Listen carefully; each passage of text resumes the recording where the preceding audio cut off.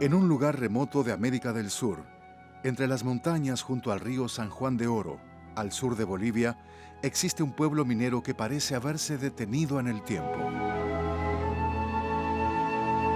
Su gente sencilla y sacrificada vive en condiciones de pobreza, luchando con dignidad para sobrevivir en un ambiente totalmente inhóspito y sin futuro.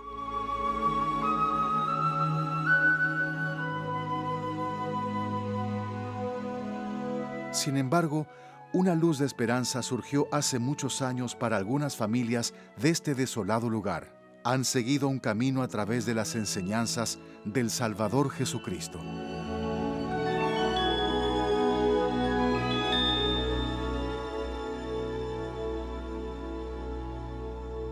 Quirisa, una obra de amor. Una Nochebuena, hace 37 años, bajo la luz de una luna llena, subí una pequeña colina de la apartada aldea de Quirisa, en Bolivia. 4 elderes jóvenes y yo pasamos el día atravesando un paso de montaña por un peligroso camino. Después subimos penosamente por el lecho de un río para ver si las enseñanzas del Salvador ayudaban a esa gente indigente.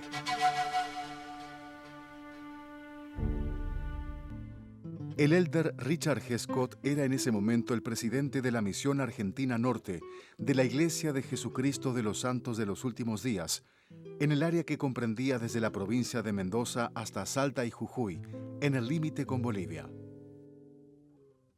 En el año 1964, la iglesia ya estaba establecida en La Paz y Cochabamba, pero no en el sur de Bolivia.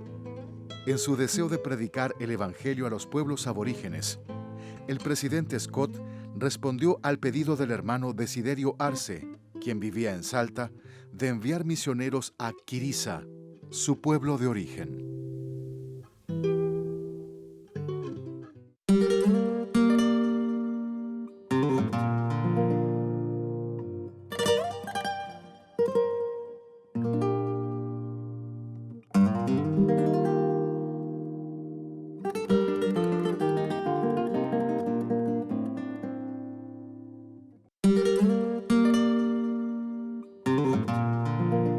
Quirisa era un pueblo verdaderamente una pobreza grande que nadie podía sacarnos de la pobreza que teníamos.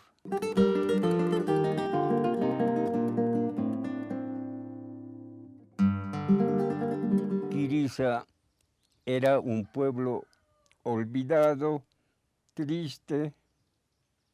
No había cómo progresar, no había trabajo. Lo que vimos ese día fue desalentador. Niños desnutridos, adultos subsistiendo con exiguas cosechas, algunos de ellos con los ojos turbios como consecuencia de haber buscado refugio en el alcohol y las drogas. Miré hacia abajo a la pequeña y desolada aldea, un conjunto de casas de adobe con techo de paja, abatidas por el inhospitalario ambiente. La única evidencia de vida era un perro ladrando en busca de comida. Todo parecía sin esperanzas. Sin embargo, una oración solemne confirmó que debíamos estar allí. Poco después que los misioneros se establecieron en Quirisa, el presidente Richard G. Scott viajó acompañado por el elder Spencer W. Kimball, del Quórum de los 12 Apóstoles. Allí buscaron inspiración por medio de la oración para saber cómo continuar la obra de predicación en este lugar tan alejado.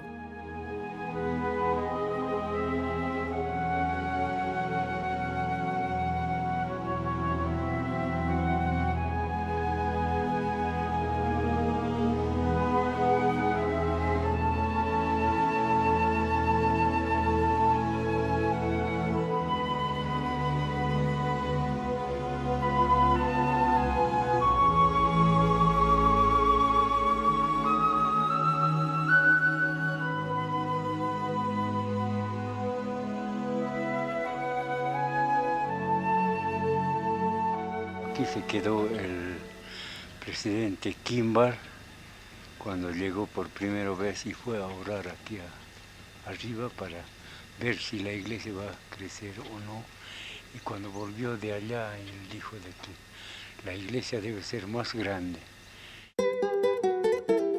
Los misioneros enfrentaron grandes dificultades en este lugar, no solamente por las condiciones de vida extremadamente duras, sino también por las barreras culturales e idiomáticas que los separaban. Sin embargo, siguiendo los fundamentos doctrinarios dados por el Libro de Mormón, se interesaron y atendieron las necesidades de este pueblo indígena. Los nativos desconfiaban de los visitantes blancos y extranjeros y no permitían un acercamiento fraternal, por lo que tuvieron que buscar una forma más efectiva de unión. Fue entonces que el presidente Richard G. Scott le extendió un llamamiento a los esposos Arce para servir como misioneros. Desiderio Arce era nacido y criado en Quirisa. En su niñez fue pastor de ovejas y cabras. Siendo aún joven se trasladó a la ciudad de La Quiaca y más tarde a la ciudad de Salta en Argentina, donde conoció a Sergia, su esposa, y se casaron. Fue en esa época que los misioneros llegaron al hogar de los Arce y se convirtieron a la iglesia. Un tiempo después, fueron llamados como misioneros a Quirisa. Y yo pude apaciguar el miedo y pudimos relacionar mejor. Yo y mi esposo pudimos entrelazar la amistad con ellos fácilmente. La mayoría de personas hablaban quechua y para eso también mi esposo había ido para poder traducir el idioma hacia los misioneros, para que los misioneros puedan enseñar el evangelio.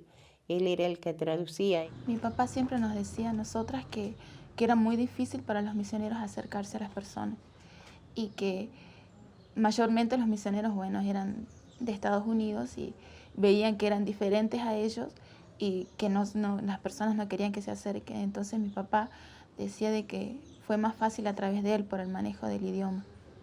Y también, bueno, con compañía de mi mamá, entre los dos podían ayudar a los misioneros. La mamá muchas veces asistió a partos de las personas, de las mujeres, porque no había servicios de enfermería. Muchas veces papá también hacía cosas de construcción, hacía huertas. O sea que el servicio misional no era solo predicar el evangelio, sino realmente predicar con el ejemplo. Fue fundamental el servicio desinteresado que los Arce prestaron como nexo entre los misioneros y los lugareños. De esta manera, los campesinos se sintieron más confiados y aceptaron las enseñanzas de los misioneros. Yo me bauticé aquí en Quirisa y fue bautizado por el Elder Toronto. Y fue puesto las manos por el Richard Scott, por el presidente Richard Scott. Más o menos ese día hemos bautizado más de unos 20, 25 miembros. El servicio bautismal ha sido una cosa muy hermosa porque por primera vez me había arrepentido de mis pecados y luego comencé a servir desde aquel tiempo a este tiempo todavía.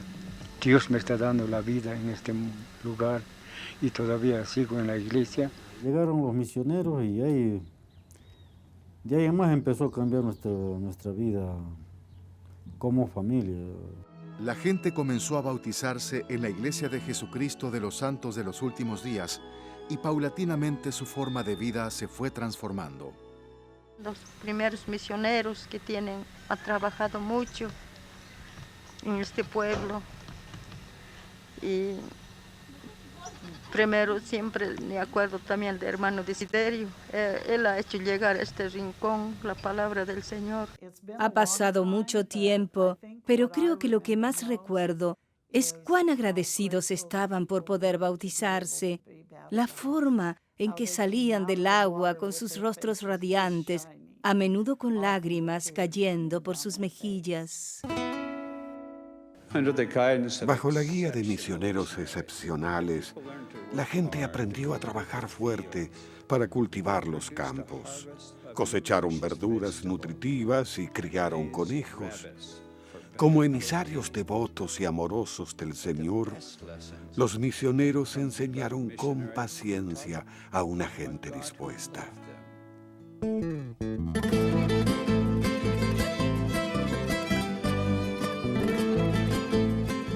El hermano Desiderio Arce fue el pionero del establecimiento de la iglesia en Quirisa.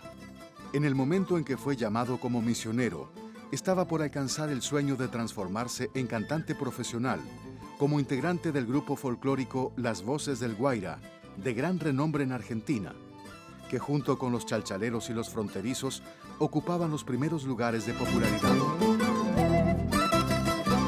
Las Voces del Guaira participaron del Festival de Música Folclórica Cosquín 1967 y recorrían el país haciendo presentaciones.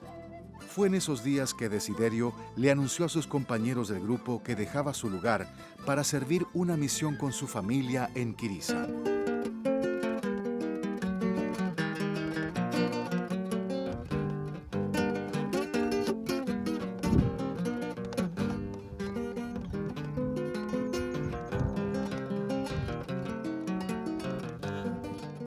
Tuve que abandonar el canto. Mis compañeros no creían, pero les dije que sí, yo me voy, doy al canto. Y no creían, por eso no buscaron un reemplazante. Y dejé el canto y alquilamos la casa que teníamos y con ese fondo hicimos la misión mi esposo y yo. Sabía que estaba dejando algo grande aquí, como el éxito, el hecho de cantar en diferentes lugares. Él sabía, o sea, es importante para él, pero más importante, como él siempre nos dijo, es nuestro Padre Celestial y Jesucristo.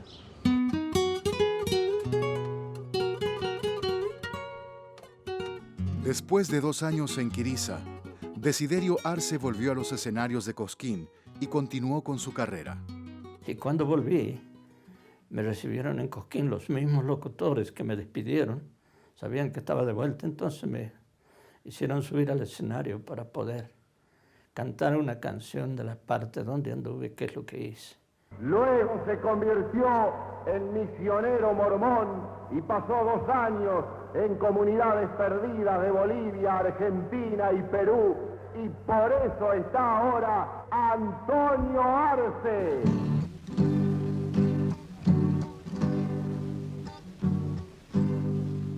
Cara de roca, mastica coca y se ilumina. El seclanteño lento camina. Más de 200 personas asistían a la iglesia en la primera época de Quirisa.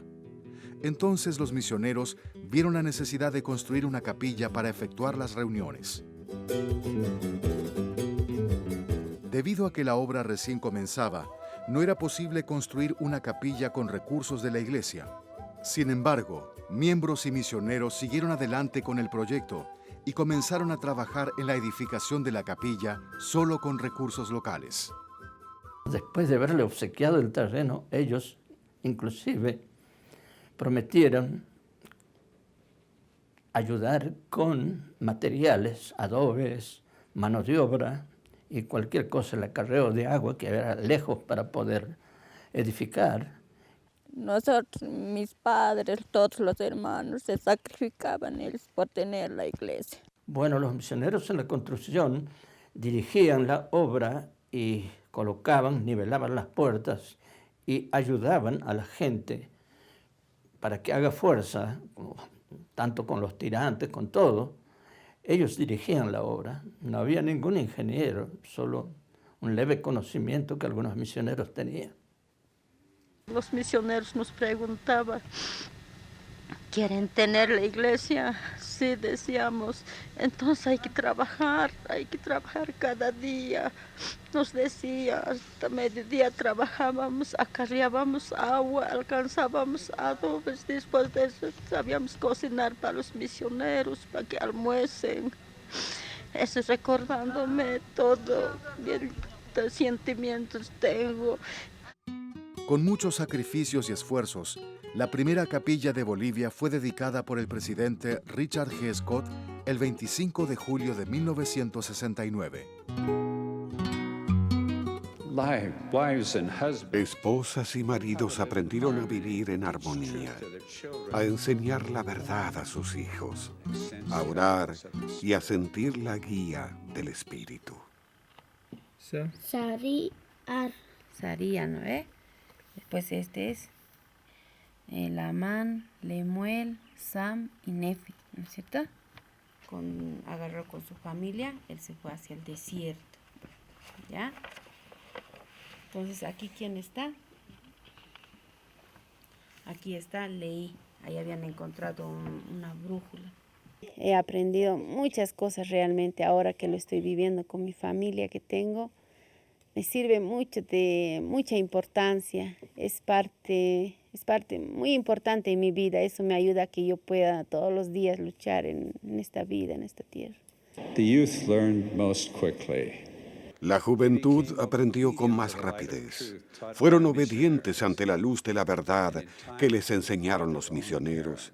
Y mediante la fe y la obediencia en una sola generación, algunos jóvenes que se bautizaron en una aldea superaron un futuro que parecía sin esperanza. Algunos fueron misioneros, se graduaron en universidades y se sellaron en el templo. Y por medio de la diligencia y la obediencia, encontraron propósito y éxito en la vida, a pesar de un ambiente que había sido físicamente hostil y lleno de maldad. Yo creo que la decisión de mis padres de irse a la misión en Quirisa fue una muestra de amor. Yo creo que el espíritu y el cariño que dejan en la gente no se puede olvidar.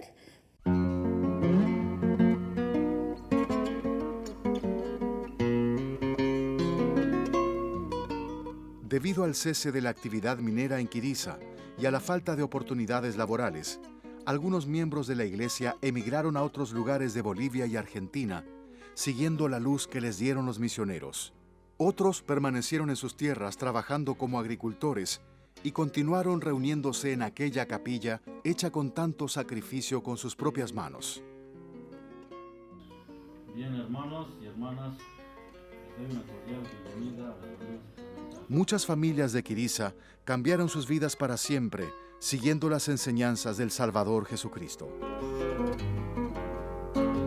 Pero Quirisa y su gente cambiaron el corazón de los misioneros, quienes aprendieron a conocer la fe simple de los campesinos y los esfuerzos que ellos hicieron para incorporar el Evangelio a sus vidas en condiciones tan difíciles. Aprendieron acerca de la pobreza y a desarrollar el amor puro de Cristo sobrepasando barreras culturales. Yo, en mi pensar de mí y con el espíritu que me da, yo sé que es verdad, que Dios ha revelado al hombre para que nosotros podamos seguir el camino. Siempre recordamos al presidente Esco y nunca nos vamos a olvidar lo que ha hecho trabajo en este lugar. Siempre que nos recuerde con sus oraciones a nosotros, lo que estamos en este rincón.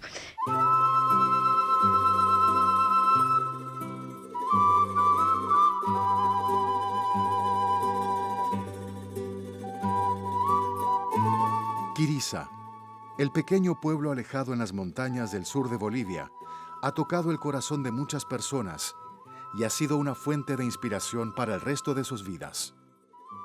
Aunque han pasado más de 40 años de aquella historia, misioneros y conversos aún mantienen fuertes los lazos afectivos que forjaron hace tanto tiempo.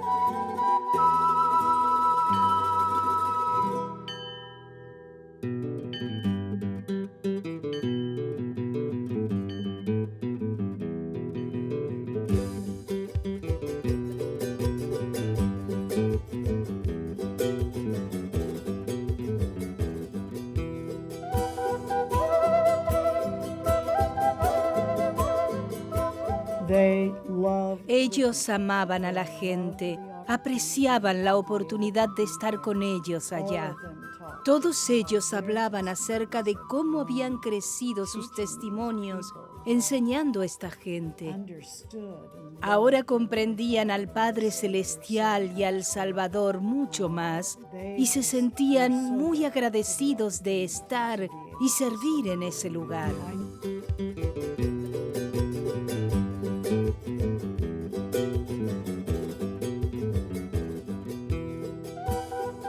Fue mucho sacrificio, pero sacrificio en el sentido de la situación allá. Lo económico, o sea, la pobreza, el lugar. Yo creo que para mamá fue más difícil, pero ella con su fe pudo salir adelante.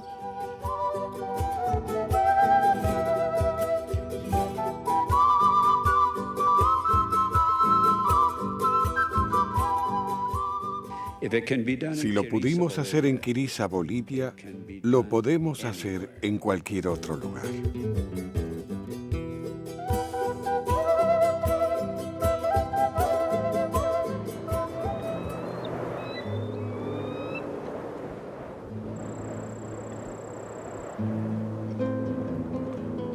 William Seale, un paleontólogo graduado en Harvard y santo de los últimos días, dedica 30 años de su vida a un desértico y desolado valle de Argentina y logra la designación de Ischigualasto como Patrimonio de la Humanidad.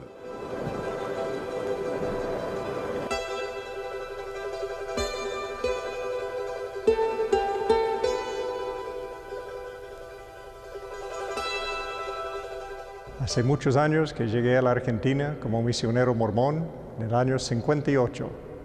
Así que después, al terminar la misión, me di cuenta que podría tener metas mucho más altas en mi vida. Y de ahí se forjó mi carrera, se formó mi familia y todo lo que tengo hoy en día. Una vez que él fue a Ischigualasto, ya se dio cuenta de que era algo importante para él y para Argentina.